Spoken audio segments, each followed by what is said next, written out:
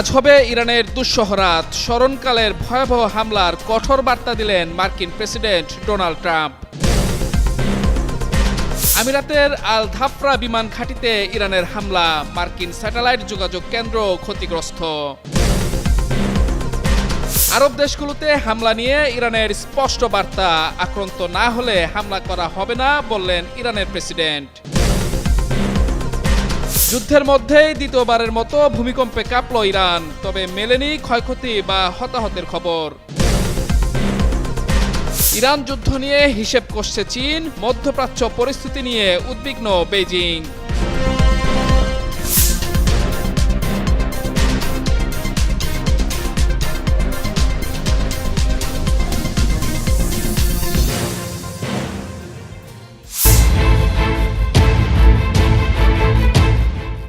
মধ্যপ্রাচ্যের চলমান যুদ্ধ পরিস্থিতি ক্রমে উত্তপ্ত হয়ে উঠছে। এর মধ্যে ইরানের প্রেসিডেন্ট মাসুদ পেজেশকিয়ানের মন্তব্যের জেরে কঠোর বার্তা দিয়েছেন মার্কিন president Donald Trump. Truth social প্ল্যাটফর্মে দেয়া এক বার্তায় ট্রাম্প বলেন, ইরান তার মধ্যপ্রাচ্যের প্রতিবেশীদের কাছে ক্ষমা চেয়েছে এবং আত্মসমর্পণ করেছে ও প্রতিশ্রুতি দিয়েছে যে আর তাদের দিকে গুলি চালাবে না। তিনি বলেন, যুক্তরাষ্ট্র ও ইসরায়েলের অবিরাম হামলার কারণে এই প্রতিশ্রুতি দেওয়া হয়েছে। এর আগে ইরানের প্রেসিডেন্ট মাসুদ পেজেশকিয়ান আশেপাশের দেশে হামলা চালানো নিয়ে দুঃখ প্রকাশ করেন। বলেন, প্রথমে হামলা না করলে ইরান আক্রমণ করবে না, যদিও ইরান তার প্রতিবেশীদের উপর হামলা পুরোপুরি বন্ধ করেনি। এদিকে পোস্টের পরের অংশে ট্রাম্প বলেন, আজ ইরানকে খুব কঠিনভাবে আঘাত করা হবে। তিনি লিখেন, সম্পূর্ণ ধ্বংস আর নিশ্চিত মৃত্যুর জন্য গুরুতরভাবে বিবেচনাধীন রয়েছে এমন সব এলাকা ও ব্যক্তি গোষ্ঠী যাদের এই মুহূর্ত পর্যন্ত লক্ষ্য হিসেবে ধরা হয়নি। ট্রাম্পের এমন মন্তব্য মধ্যপ্রাচ্যে চলমান যুদ্ধ পরিস্থিতিকে আরও তাতিয়ে দিয়েছে বলে মন্তব্য করেছেন বিশ্লেষকরা।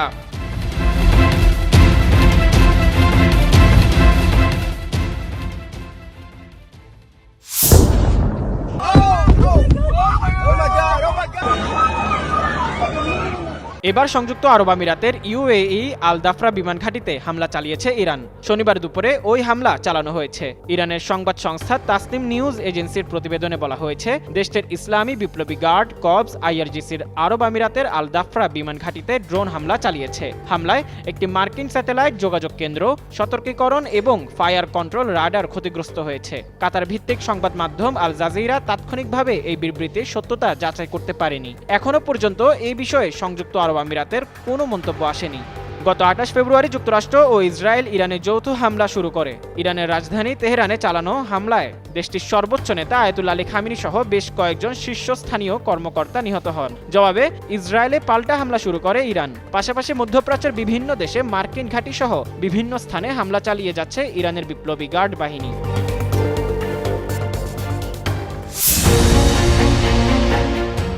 ইরানের যুক্তরাষ্ট্র ইসরায়েলি যৌথ হামলার পর মধ্যপ্রাচ্যের দেশগুলোর মার্কিন ঘাঁটি লক্ষ্য করে হামলা চালিয়ে আসছে ইরান। এতে সেসব দেশের সঙ্গে কূটনৈতিক সম্পর্কে শীতলতা তৈরি হয়েছে। তবে এবার প্রতিবেশী দেশগুলোর জন্য নতুন বার্তা দিয়েছেন ইরানের প্রেসিডেন্ট মাসুদ পেজেশকিয়ান। প্রতিবেশী দেশগুলোতে সাম্প্রতিক হামলার জন্য দুঃখ প্রকাশ করেছেন তিনি। একই সঙ্গে ঘোষণা দিয়েছেন, প্রতিবেশী দেশের ভূখণ্ড থেকে ইরানে আঘাত না এলে আর হামলা করা হবে না। শনিবার রাষ্ট্রীয় টেলিভিশনে সম্প্রচারিত এক ভিডিও বার্তায় এ বার্তা দিয়েছেন ইরানের প্রেসিডেন্ট। তিনি বলেন, যেসব প্রতিবেশী দেশ হামলার শিকার হয়েছে তাদের কাছে ক্ষমা চাওয়া প্রয়োজন বলে মনে করে ইরান। পেজেশকিয়ান আরও বলেন, প্রতিবেশী দেশগুলোতে হামলা চালানোর কোনো আগ্রহ নেই ইরানের। এখন থেকে কোনো প্রতিবেশী দেশ ইরানের উপর আগে হামলা না চালালে তাদের উপর আক্রমণ করা হবে না। এ সময় তিনি সতর্ক করে বলেন, তবে যারা এ মুহূর্তকে কাজে লাগিয়ে ইরানের উপর আক্রমণ চালানোর কথা ভাবছে তারা যেন সাম্রাজ্যবাদের পুতুলে পরিণত না হয়।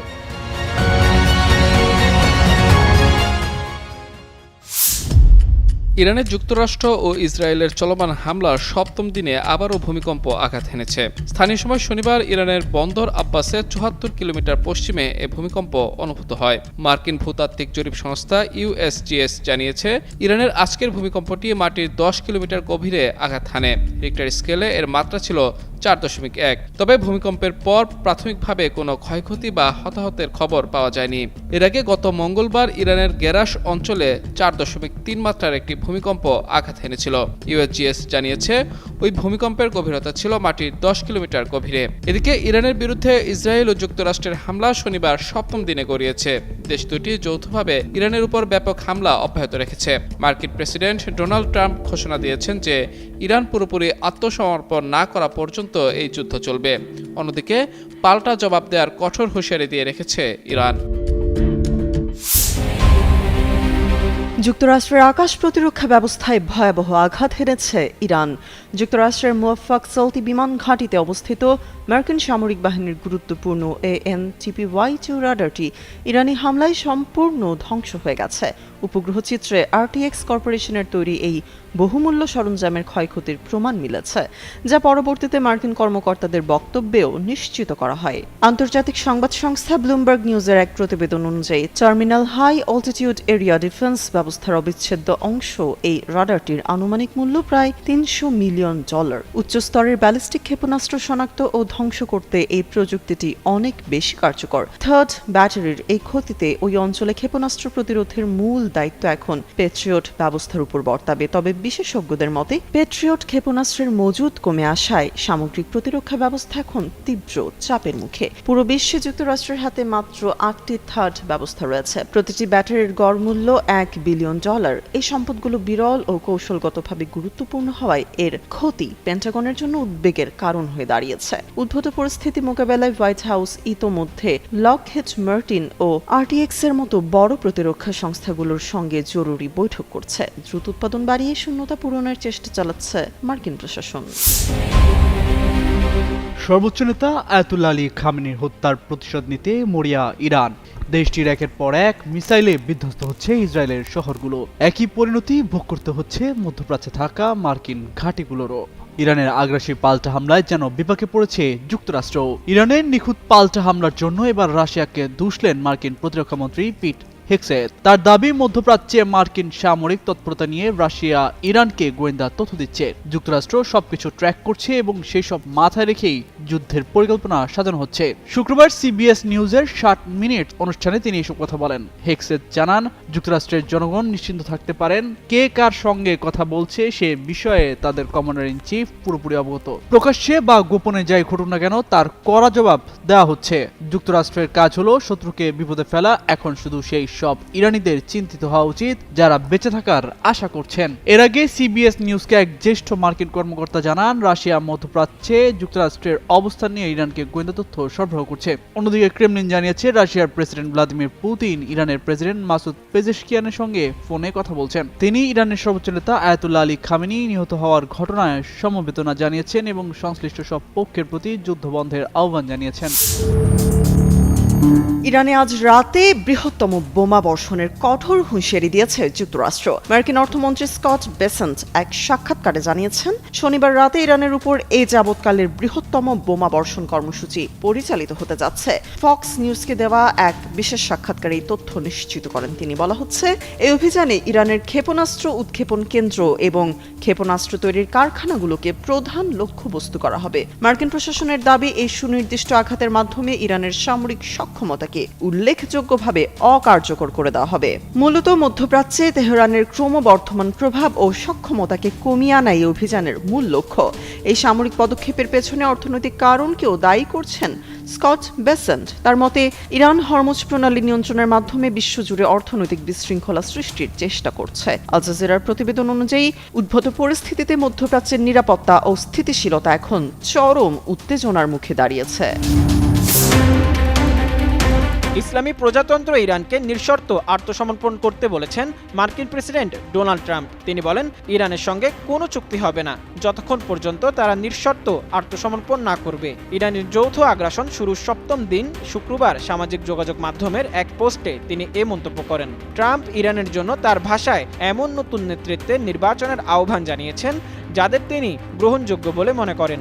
এরপর তিনি বলেন, যুক্তরাষ্ট্র ও তার মিত্ররা ইরানকে পূর্বাবস্থায় ফিরে পেতে পুনর্গঠনের সহায়তা করার জন্য কাজ করবে। এর আগে গত 28 ফেব্রুয়ারি গণহত্যাকারী ইসরায়েল ও তাদের সহযোগী যুক্তরাষ্ট্র যৌথভাবে ইরানে হামলা চালিয়ে পুরো মধ্যপ্রাচ্যে আগুন লাগিয়ে দিয়েছে। ওই আগ্রাসন শুরুর পর হাতের মুষ্টি ছেড়ে দিয়েছে তেহরানও। ঝাঁকে ঝাঁকে ক্ষেপণাস্ত্র ও ড্রোন ছুটছে উগ্র ইহুদিবাদী ভূখণ্ড ও উপসাগরীয় দেশগুলোয় মার্কিন স্বার্থ সংশ্লিষ্ট স্থাপনা লক্ষ্য করে। এখন পর্যন্ত ইরান একাই 10টির বেশি দেশের বিরুদ্ধে বীর দর্পে লড়ে যাচ্ছে।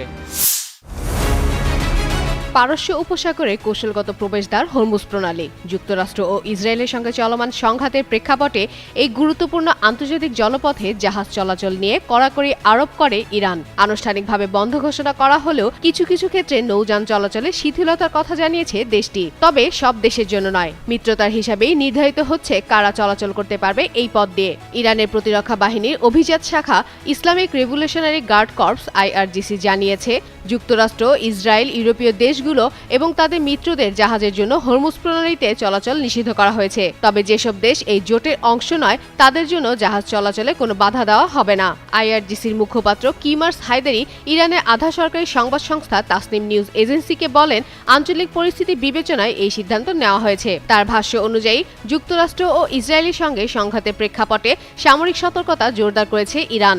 এদিকে ব্রিটিশ সামুদ্রিক নিরাপত্তা সংস্থা UK মেরিটাইম অপারেশন জানিয়েছে, গত 28 ফেব্রুয়ারি থেকে এ পর্যন্ত অন্তত 10টি তেলবাহী জাহাজে হামলার ঘটনা ঘটেছে। আরব সাগর ও পারস্য উপসাগরকে সংযুক্ত করা হরমুজ প্রণালী বৈশ্বিক জ্বালানি বাণিজ্যের অন্যতম গুরুত্বপূর্ণ পথ। বিশ্বের মোট তেল ও তরল গ্যাস পরিবহনে প্রায় 20% প্রতিদিন এই রুট দিয়ে যায়। ইরানের সঙ্গে চলমান যুদ্ধে একটি ভিডিও ঘিরে নতুন বিতর্কে জড়িয়েছে ইসরায়েলি প্রতিরক্ষা বাহিনী IDF।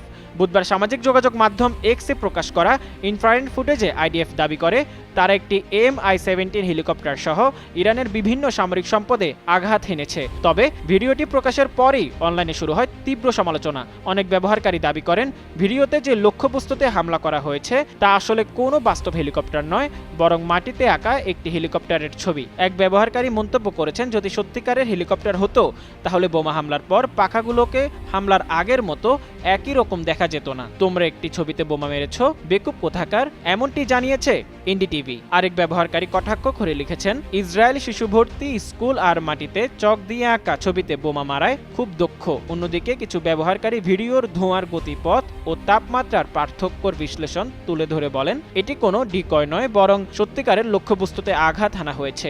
এ নিয়ে IDF এখনো আনুষ্ঠানিক ব্যাখ্যা না দেওয়ায় বিতর্ক আরও বাড়ছে। বারুদের গন্ধে ভারী হয়ে উঠেছে মধ্যপ্রাচ্যের আকাশ। দীর্ঘদিনের উত্তেজনা ছাপিয়ে গত 28 ফেব্রুয়ারি থেকে শুরু হওয়া সংঘাত এখন চরম রূপ নিয়েছে। ইসরায়েল ও যুক্তরাষ্ট্রের যৌথ আগ্রাসনের জবাবে তেহরান তাদের সমর শক্তি পূর্ণ বহিঃপ্রকাশ ঘটাচ্ছে। 10টিরও বেশি দেশের প্রতিকূলতাকে উপেক্ষা করে বর্তমানে ড্রোন ও ক্ষেপণাস্ত্রের সাহায্যে পাল্টা আক্রমণ জারি রেখেছে ইরান। শুক্রবার উপসাগরীয় অঞ্চলে অবস্থিত মার্কিন সামরিক স্থাপনাগুলো লক্ষ্য করে ইরান নতুন করে হামলা চালায়। সৌদি আরবের রাজধানী রিয়াদের আকাশে বেশ কিছু ড্রোন ও ক্ষেপণাস্ত্র প্রতিহত করার দাবি করেছে দেশটির কর্তৃপক্ষ। তবে শহরের বিভিন্ন প্রান্তে বিকট বিস্ফোরণের শব্দ জনমনে আতঙ্ক সৃষ্টি করেছে। একই দিনে কুয়েতে অবস্থিত মার্কিন ঘাঁটিতেও বড় ধরনের হামলা চালিয়েছে ইরানি বাহিনী। শুধু স্থলভাগই নয়, কুয়েত উপকূলে থাকা একটি মার্কিন তেল ট্যাঙ্কারেও সফল আক্রমণের দাবি করেছে ইরান। আল জাজিরার প্রতিবেদন অনুযায়ী মার্কিন স্বার্থ সংশ্লিষ্ট স্থাপনাগুলোই এখন তেহরানের মূল লক্ষ্যবস্তু। ভূ রাজনৈতিক উত্তেজনার পারদ এখন চরম সীমায় পৌঁছেছে।